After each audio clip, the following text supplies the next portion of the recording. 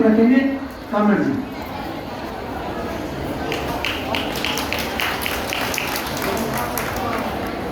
आदरमान के योग्य अध्यक्ष मंडल, तमाम मेरी बहनों, भाइयों और साथियों, आज का दिन पूरी दुनिया में मजदूर दिवस के रूप में मनाया जा रहा है। अंतर्राष्ट्रीय मजदूर दिवस, इसको अपन एकजुटता का दिवस भी कहते हैं।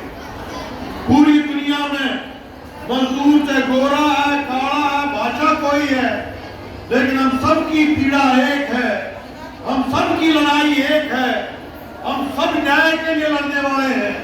तो इसलिए एकजुटता दिखाएं। हमारा अग्निशमन के कर्मचारी हरियाणा के हड़ताल पर है। उन हड़ताली साथियों के प्रति सबसे पहले हम अपनी एकजुटता प्रकट करते हैं।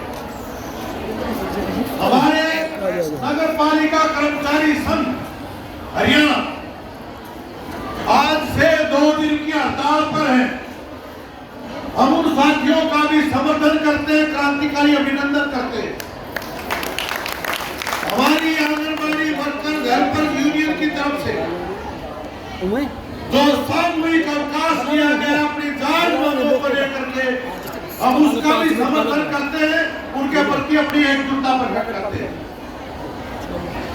अब बात इस पर आते हैं कि आज जब ये दिन मना रहे हैं तो विशेष हालात है देश में भी और दुनिया में, और ऐसा लगता है कि जैसे इतिहास का पहिया उल्टा मोड़ने का दुस्साहस किया जा रहा है।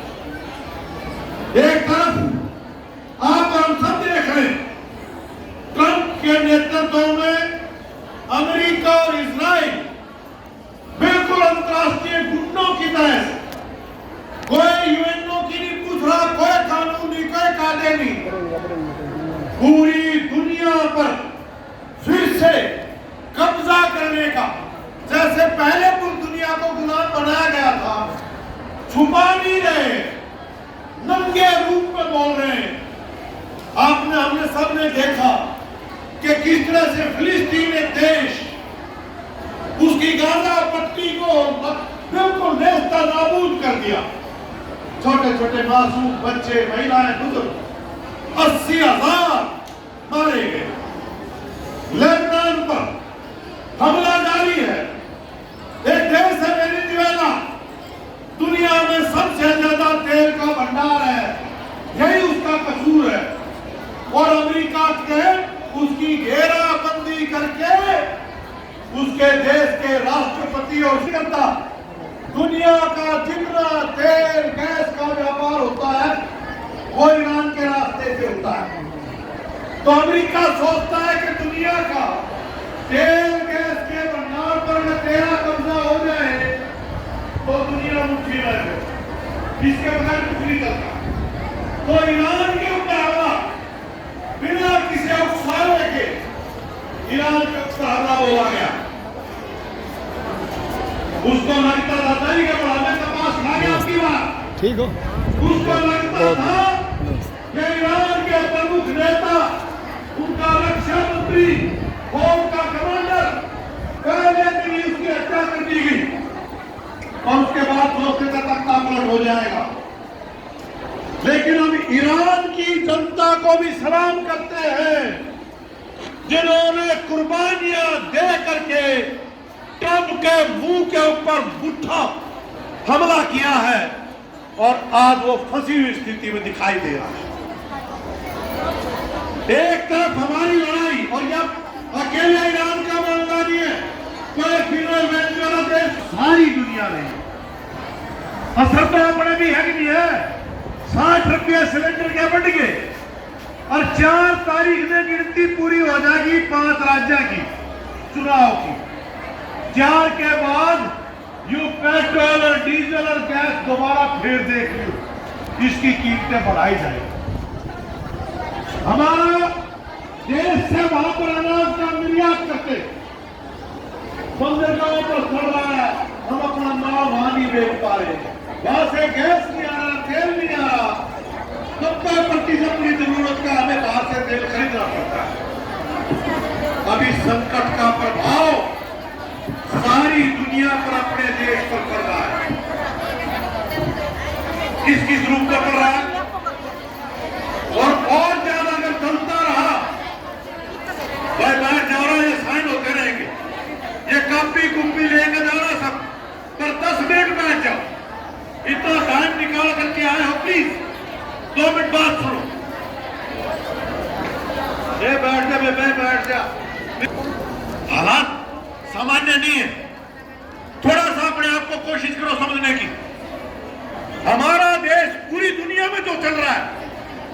पर भी असर पड़ रहा है। हमारा देश इस तमाम माहौल में कहां खड़ा है? सारी दुनिया ट्रंप की थू थू कर रही है। इजराइल आज अंतर्राष्ट्रीय कोर्ट ने कह दिया नेतन्याहू जनसंहारक है, हत्यारा, उसके वारंट जारी है। भारत जो दुनिया के अंदर जिसकी एक शान थी, आज भारत देश कहां है?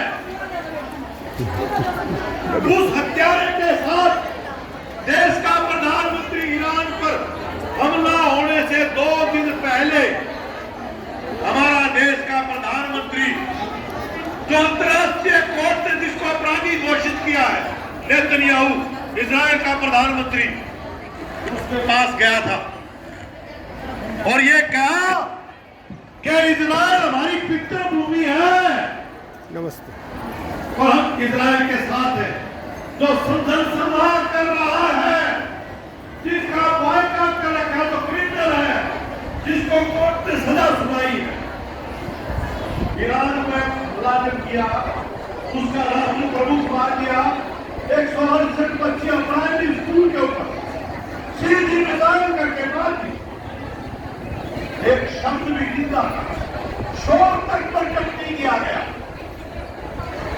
आज हमारा देश का प्रधानमंत्री जब रोज हमारे काले जनता में रोज दुखता है, कहता है भारत में नरक का कट्टा है, लेकिन मोदी की हिम्मत नहीं है।